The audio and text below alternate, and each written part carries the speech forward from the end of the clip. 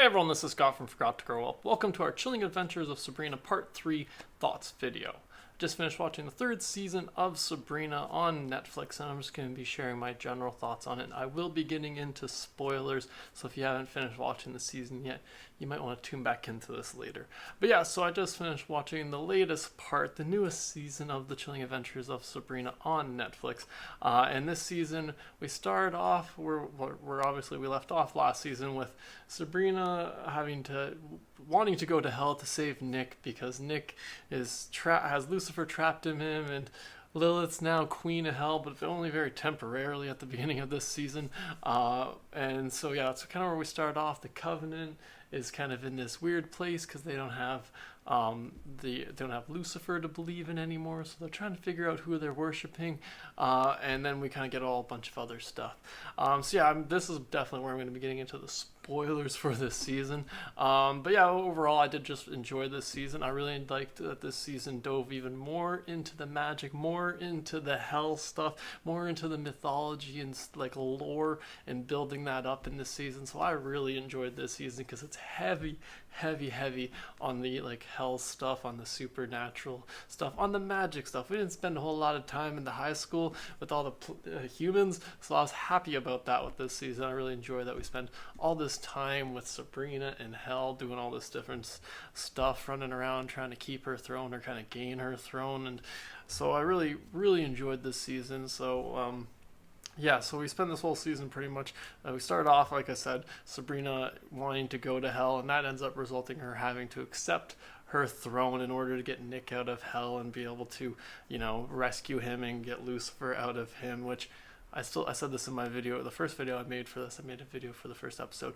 That I thought it was weird that she didn't think of the plan to get Lucifer out of Nick before she got Nick out of hell, but nonetheless, she goes to hell, she gets it, and then she has to end up accepting the role of Queen of Hell, but then she gets challenged by a clay prince, as he's referred to at one point, which I really like, Caliban, and so then they have to go on a scavenger hunt to find three different unholy relics, and whoever finds two out of the three gets the throne. And so I like this as just kind of a fun kind of way to I don't want to say prolong the season, but it gives us something to do. It gives us a reason for them to go on different quests throughout this season, and I like that thing. Some people might call it a MacGuffin or three MacGuffins in this case, but I think it kind of it plays into the story well enough that I enjoy it.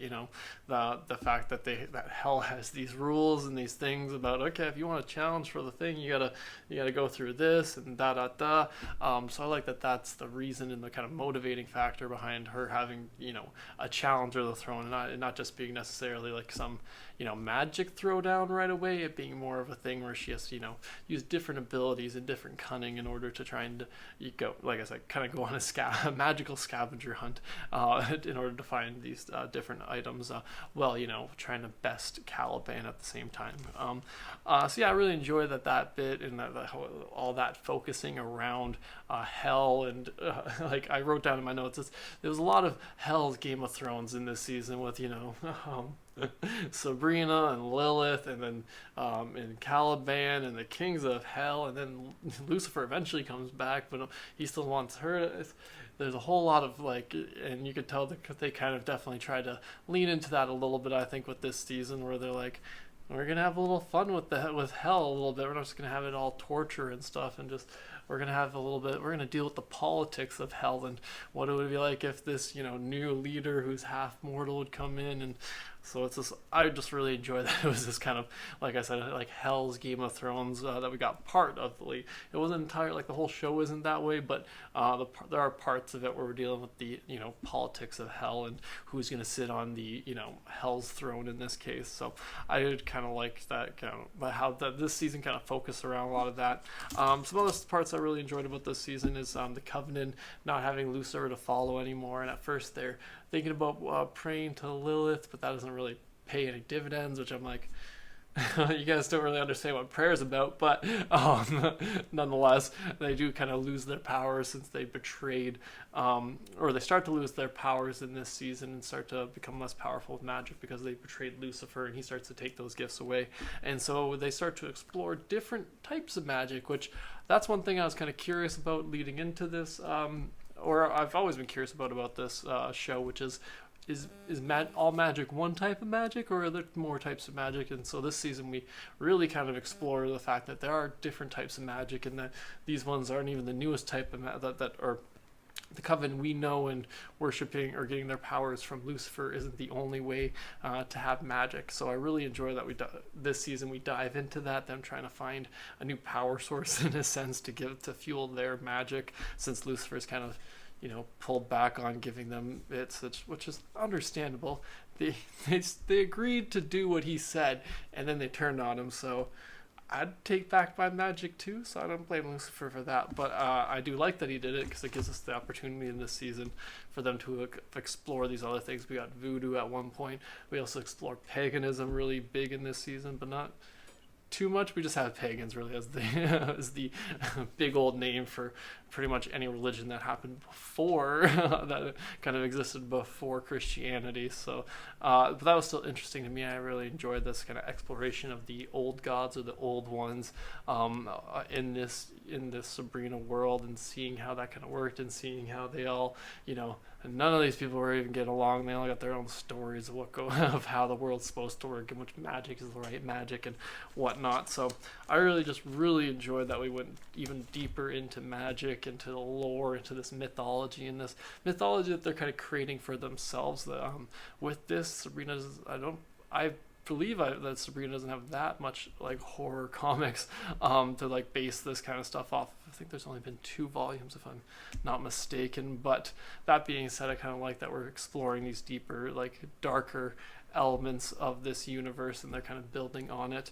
So yeah, some of the things I enjoyed about this season, like I said, lots more magic. That was fun. More mythology, more time in hell. Oh, and the balance of the realms was a thing we talked about in this season, which is the way they kind of motivate Sabrina into being a little more okay with this plan of her having to rule hell and not just be able to shut it down, which is that, heaven and hell and earth are in this balance, and the fact that she's not willing to just immediately accept the rule of Queen of Hell, and the fact that she, technically usurped her father from the role, and leaving it kind of unruled through the universe, throws the realms into unbalance, and that's kind of what leads to the pagans being able to come in, and is all tied into the season. So I really like that, just that concept that they kind of explore a little bit more in this season and introduce, with the idea of having to balance the realms, and the fact that you can't have hell exist, or can't have earth exist without a heaven and a hell, and they all have to balance, or you'll have problems. So I just really enjoyed that we explored that in this episode. Obviously I liked seeing Sabrina be a badass in this season, and this season she's becoming even more badass, and a few times even more dark, just willing to kill people. And they're all people who deserve it for the most part. And at one point I did think she almost went a little too far. I was worried at one point she was just going to kill a room full of cheerleaders just to give them all powers. And I was like, okay, thank God. You just sapped their energy. They just need to take a nap. They just felt like they had mono. Okay, you didn't kill cheerleaders. Okay, cool, Sabrina, good. You're a badass, but you're not an asshole. So I liked that. And then one of the last things I really enjoyed is the way this kind of season ends off with the decision they decided to make going into the last episode, which is the second to last episode. We end off with the bad guys winning. Sabrina loses the challenge. The pagans end up sacrificing all of her friends and bringing the green man, which I thought they maybe could have come up with a better name. I don't know if that's somehow some actual mythology or something that's based off of, but I feel like the green man is not, but that's just my opinion on that. Like they could have gone with like Gaia or something like that. Anyways, that's not the point. The point I was trying to make is that I liked the last, going into the last episode and how they end off the season with, the second half of the episode ends the pagans won. They rule the world. Caliban beats Sabrina and takes over hell, but then ends up losing when he tries to fight the pagans. Then he goes back to hell, and then heaven comes and kicks hell's butt, and the whole world's just empty, except for pagans on earth, and it's just all lonely and whatnot. And so it's a whole apocalypse, and that's the way we just go into the last episode. And it's like, Sabrina, you gotta figure it out. And so I really enjoyed the way it went into this, but I also felt that they really set this one up a little bit. I knew something like this was going to happen. I knew there was going to be some kind of time, again, sorry, spoiler alert if you haven't realized 10 minutes in, that, there was going to be time travel involved. The first episode, they introduce an egg with time magic, and it's like, you don't say time magic without, being like, without probably going to do some kind of time traveling. So when I got to it, I was like, okay, this is where we get the egg, right? And so obviously the last episode we go in, she's got to use the egg in order to time travel, and she gets saved by a time traveling version of herself, and that leads to her being able to go back and prevent all the bad things, prevent all her friends and family from dying, and she saves them all. Well, most of them. She didn't manage to go back and save both the weird sisters, but poor Agatha. But anyways, so she's able to go back, prevent the whole apocalypse. They stop the pagans. They stop Caliban from taking over hell, and that prevents everything else from happening. But in doing so, Sabrina creates a second version of herself. That's right, we have this season off with two Sabrinas. One stays in hell to become the queen of hell, and the other one goes back to Earth just to be, a cheerleader. And I was like, oh, okay, this is where you guys went with it. And that's, what's to me is a little bit fun because, they, going into this season, they do the promotions for it, have the two posters, cheerleader by day, queen of hell by night. And it's like, well, in actuality, there's two of you, or at least that's how we end off this season. So that's interesting, but I also like that it's a way of kind of leaving the door open for another season for us maybe to have a little bit more of an actual time gap. Apparently, all these first three parts have happened within like a couple months for these characters, which is really interesting to me, which does make sense when you think about it, but it's tough because we've got them spread out over a couple of years now, so it's like the gap, the real world gap in between the stories come out is sometimes tough for me. I'm used to especially when so many shows in the past are incorporate those time breaks and have time jumps incorporated into their seasons sometimes, so that it is more kept up with. But that being said, that I don't think it took away from the season. I just that was just my thought about it. I kind of don't know where my thoughts were going about that. Point is though, that's all my thoughts about this one. I do enjoy how we kind of ended it off. It didn't. I'm just more than anything, I'm excited for another season. But I do like how this one kind of wrapped up and ended in a nice way. Introducing this story of is she going to be the queen of hell or not? And it turns out yes and no. As she says to Ambrose at the end, I'm not the queen of hell, but I am. And so that's where we leave this season. Mostly we leave the season off with also Blackwood off in the, causing more trouble with the egg, the time magic egg, which Sabrina had used, but when she went back, she forgot the fact that she would have to keep track of that again. And so that could lead to more trouble in the future, which Ambrose is like, yo, cuz, you're causing so much trouble, now you're going to do this? Have you not learned anything in the last 3 parts? No? Okay, we're going to just go forward with you having a second part. Well, we'll see how these loose ends go. And that's where we do end up leaving off this season.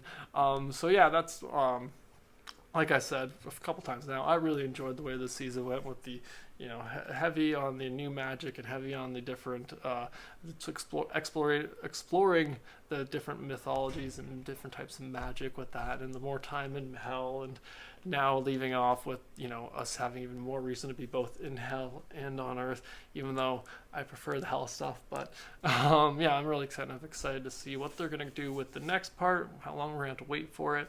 But yeah, overall I really enjoyed this last season, and that's all my thoughts. Be sure to let me know in the comments below what you thought of this latest part of Sabrina, or the Chilling Adventures of Sabrina on Netflix. I'm always curious to hear what other people thought of it.